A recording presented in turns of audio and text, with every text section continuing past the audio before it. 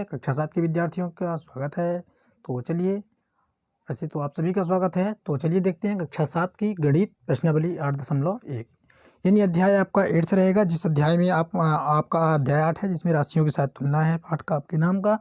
ठीक है, तो राशियों की तुलना इस अध्याय में हम पढ़ेंगे। ठीक है, तो चलिए देख लेते हैं राशियों की तुलना में आपका अध्याय आपका फर्स्ट 8.1 प्रश्नावली रहेगी अध्याय 8 का। तो इसमें आपको देखना ये है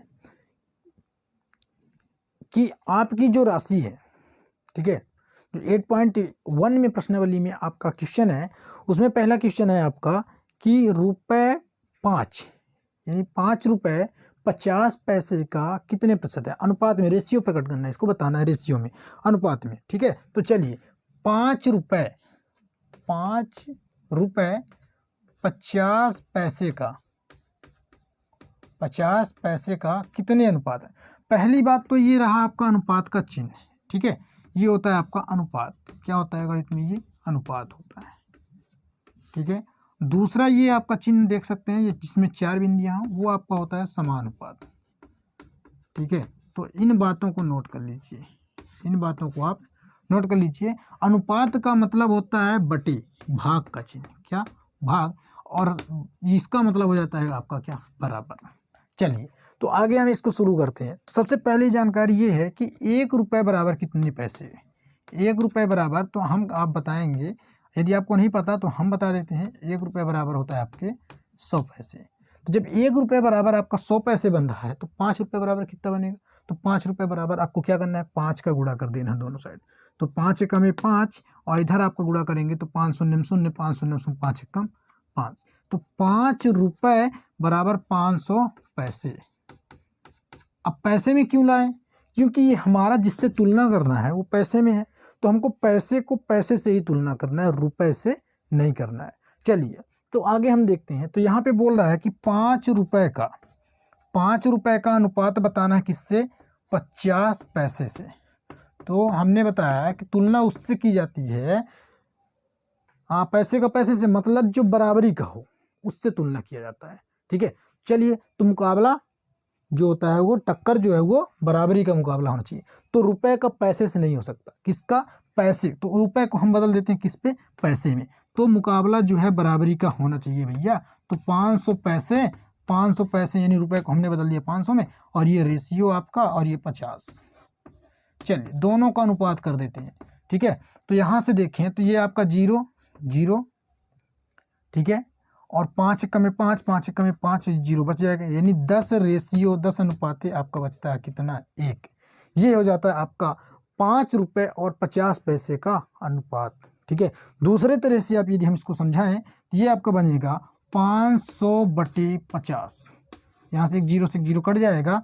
ठीक है, बचा कितना आपका, बचेगा आपका 50/5, और 5 एकम में 5, 5 दाहम 50। तो ये आपका हो जाएगा 10/1। और हम बटे का मतलब हम बताए थे, यहाँ पे भाग होता है, और भाग का मतलब आपका बटे। तो हम इसको लिख सकते हैं 10:1 का अनुपात। तो इस प्रकार से आपका आंसर हो जाता है 10:1।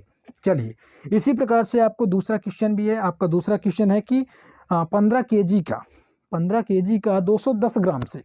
ठीक है, तो 15 kg का 210 ग्राम से आपको अनुपात निकालना है ना, दोनों में आपको समानता है, अनुपात में करना।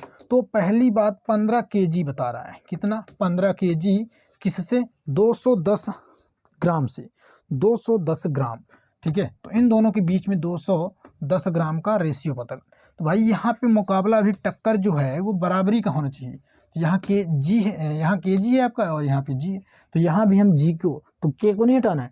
तो एक हम आपको बता दें कि 1 kg बराबर आपका जो होता है वो होता है 1000 ग्राम।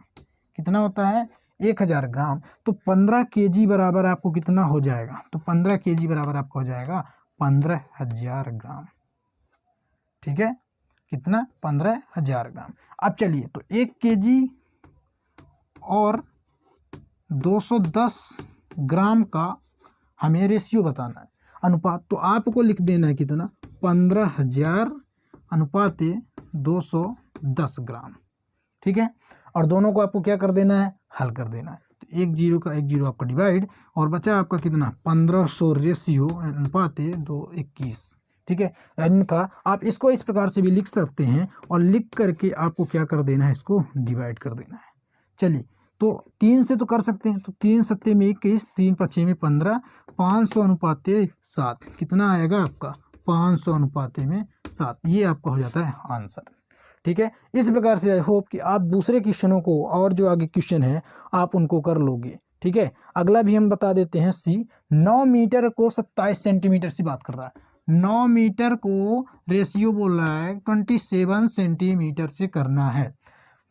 तो प्यारे बच्चों, 1 मीटर बराबर आपका कितना होता है, 1 मीटर बराबर, ठीक है, ये आपका बी नंबर हो गया, ए नंबर हमने डिलीट कर दिया। 1 मीटर बराबर होता है आपका 100 सेंटीमीटर। तो यहाँ आपका कितना, तो 9 मीटर बराबर आपका कितना हो जाएगा, 900 सेंटीमीटर। ये बात समझ में आ रही है कि बस हो गया। ये इकाइयाँ आपको पढ़ना पड़ेगा। देखिए, ये इकाइयाँ आपको पढ़ना पड़ेगा कि कितने किलोग्राम बराबर कितने ग्राम होते हैं, 1 किलोग्राम बराबर कितने ग्राम, 1000 ग्राम। 1 मीटर बराबर होता है 100 सेंटीमीटर। और 1 सेंटीमीटर की बात यदि करें तो 1 सेंटीमीटर बराबर होता है 10 मिलीमीटर, 10 mm। ठीक है, तो ये होता है इकाइयाँ। तो आपको ये इकाइयाँ पढ़नी पड़ेगी। चलिए, तो इनको भी आप यहाँ से नोट कर सकते हैं और लिख लीजिएगा। तो यहाँ ये आपका 9 मीटर मतलब 900, तो 900 आपका ये बन जाएगा सेंटीमीटर, और रेशियो में आपका ये 27। अब दोनों के बीच में आपको अनुपात निकालना है। तो 9 से आप इसको डिवाइड कीजिए, 9 तिरिक 27 और 9 एकम 9, यानी 100 अनुपाते आपका कितना आ जाएगा, 100 अनुपाते में आपका आ जाएगा ये 3। तो यहाँ से इसका भी आंसर 100 अनुपाते में 3 आप नोट कर लीजिए। तो यहाँ से ये आपका हो जाता है सी नंबर का आंसर। ये बी नंबर और ए नंबर आपने डिलीट कर दिया, तो वीडियो को पीछे आकर के आप देख सकते हैं। चलिए, नेक्स्ट क्वेश्चन की ओर चलते हैं, चौथे नंबर क्वेश्चन की ओर। समझ में आ रहा होगा तो वीडियो को लाइक करें और शेयर कर दीजिएगा अपने दोस्तों के साथ में। और यदि आपको अच्छा भी लग रहा है और आगे का और सीखना चाहते हैं तो चैनल को सब्सक्राइब भी कर लें और बेल आइकन जरूर प्रेस कर लें, ताकि अगली वीडियो जो आए तो आपको उसकी नोटिफिकेशन मिल जाए और आप अपनी पढ़ाई अपने हिसाब से और यहाँ से देख करके आप कर सकते हैं। चलिए, अगला है 30 दिनों का 36 घंटों से। ठीक है, 30 दिन का 36 घंटे में, वाह, ये थोड़ा टफ है भैया, तो देख लीजिएगा इसको। 30 दिनों का अनुपात बताना है, 30 दिनों का अनुपात बताना है आपको 36 घंटों में। कितने, 36 घंटों में भाई, वाह, मस्त क्वेश्चन है ये, देख लीजिएगा। 30 दिनों, एक दिन बराबर कितने घंटे भाई, एक दिन बराबर आपके होते हैं 24 घंटे। कितने घंटे, 24 घंटे। मुकाबला जो है, जो टक्कर जो है, मुकाबला जो बराबर का होना चाहिए, उसी में तो अच्छा रहता। अब क्यों कर रहे हैं, क्योंकि यहाँ दिन है और यहाँ घंटे, तो हम घंटे को बदल नहीं सकते, दिन में बदलेंगे तो ये लगभग 1.5 दिन जाएगा, तो कैसे करेंगे, है ना, 1.5 दिन यानी दशमलव में या कि भिन्न में, तो हम इसको क्या करते हैं, दिन को बदल देते हैं क्या, घंटे में, है ना। तो चलिए, एक दिन में कितने घंटे, 24 घंटे, तो 30 दिन में कितने घंटे, तो 30 का हम उसमें क्या कर देंगे, गुणा कर देंगे, तो 24 गुणते 30 दिन। ठीक है, तो कितने घंटे, 24 दूनी 48, 24 या 72, तो 72 यानी 720 घंटे आपका, कितना, 720 घंटे। अब आप अनुपात निकाल दीजिए, तो 30 दिन, 30 दिनों, दिन अनुपाते आपका ये 36 घंटे। चलिए, दोनों को चेंज कर, एक को चेंज करते हैं, तो 30 दिन बराबर कितना आपका, 720 घंटे, तो आपको लिख देना 720 घंटे अनुपात ये 36 घंटे। दोनों को बटे कर लेते हैं, तो 720 बटे 36, और 36 से कम 36, 36 दूना 72, ये 20 बचा आपका, कितना, 20 अनुपाते 1। ये आपका आ गया आंसर। आई होप प्यारे स्टूडेंट कि आपको ये समझ में आया। नहीं आया तो आप बेसिकली इन कमेंट कर सकते हैं, बता सकते हैं और कि समझ में आया कि नहीं आया। ठीक है, तो फिर भी एक बार आप देख लीजिए, एक दिन में आप कितना होता है, 24 घंटे। एक दिन में कितना होता है, 24 घंटे, तो 30 दिन में कितना होगा, तो हम 30 का क्या कर देंगे, गुणा कर देंगे, कितने घंटे 30 दिन में बनेंगे। तो इस प्रकार से 720 घंटे बन जाते हैं। तो 30 दिन में, 30 दिन मतलब 720 घंटे और 36 घंटे पहले से, इन दोनों के बीच में रेशियो प्रकट करना है, यानी अनुपात दर्शाना है, तो हमने दर्शा दिया दोनों के बीच में अनुपात का चिन्ह और दोनों को डिवाइड कर लिए। ठीक है, तो 36 से कम 36 और 36 दूना 72, 2 और 0 बच जाता है। इस प्रकार से ये आपका हो जाता है 20 अनुपाते 1 का अनुपात। चलिए, तो इस प्रकार से इसको आपको करना होता है। अगला क्वेश्चन है आपका कि एक कंप्यूटर प्रयोगशाला में 6 विद्यार्थियों के लिए 3 कंप्यूटर की ज़रूरत होती है। कितने कंप्यूटर की ज़रूरत होती है? 3 कंप्यूटर की ज़रूरत होती है। तो 12 विद्यार्थियों के लिए कुल कितने कंप्यूटर की ज़रूरत होगी? ठीक है, आप देख लीजिए अपनी बुक में, क्या यही है? नहीं, तो इस प्रकार से थोड़ा मिस्टेक हो गया। 24 विद्यार्थियों के लिए, सॉरी 24 विद्यार्थियों के लिए कुल कितने कंप्यूटर की ज़रूरत होगी? तो चलिए देख लेते हैं इस क्वेश्चन को भी कि आपके विद्यालय में 6 विद्यार्थियों के लिए कितने, 6 विद्यार्थियों के लिए 3 कंप्यूटर होने चाहिए। 6 विद्यार्थियों के लिए 3 कंप्यूटर होने चाहिए। अब ध्यान दीजिएगा, 6 विद्यार्थी हैं। क्वेश्चन नंबर 2 है, नोट कर लीजिएगा। 6 विद्यार्थी के लिए 3 कंप्यूटर, कितने? 3 कंप्यूटर। तो एक विद्यार्थी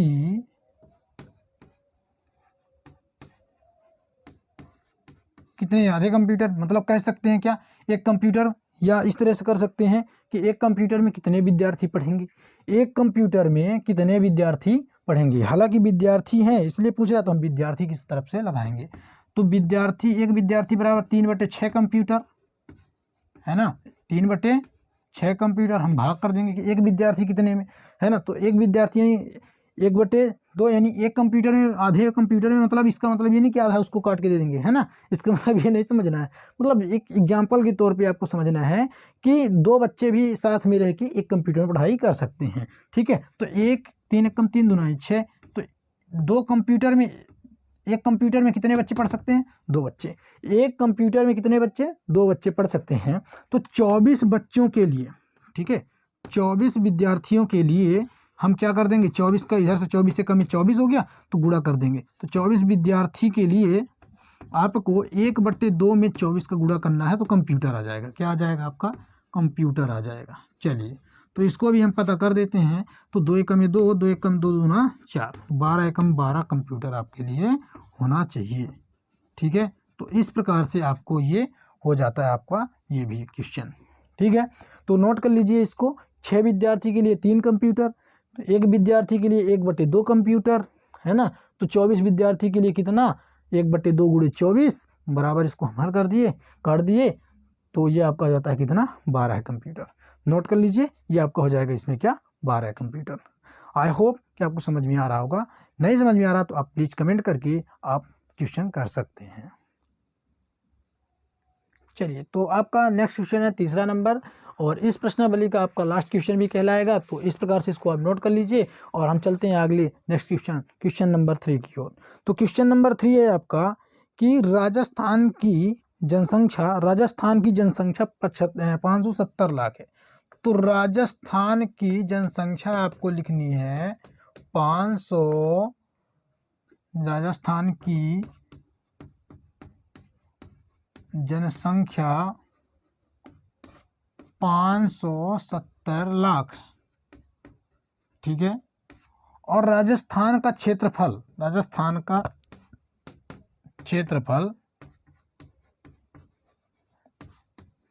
तो राजस्थान का क्षेत्रफल नोट करना है, कितना है,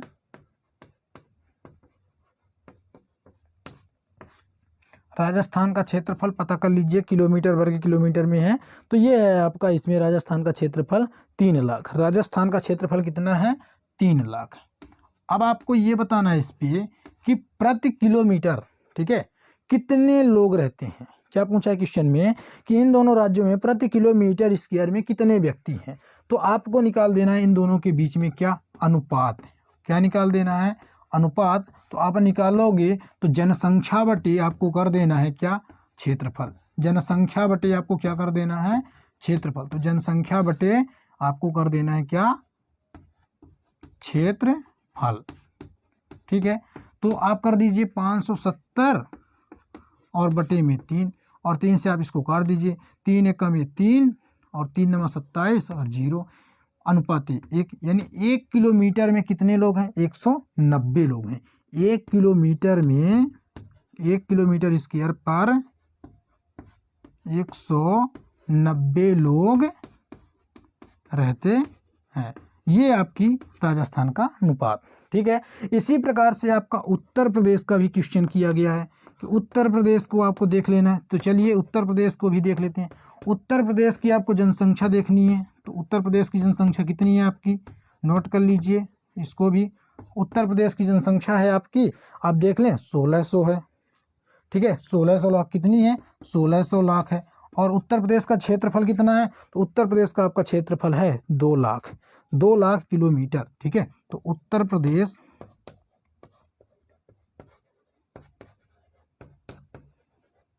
का क्षेत्रफल, ठीक है, तो ये आपका कितना है, 2 लाख। अब इसका भी रेशियो आपको बता देना है, मतलब प्रतिशत।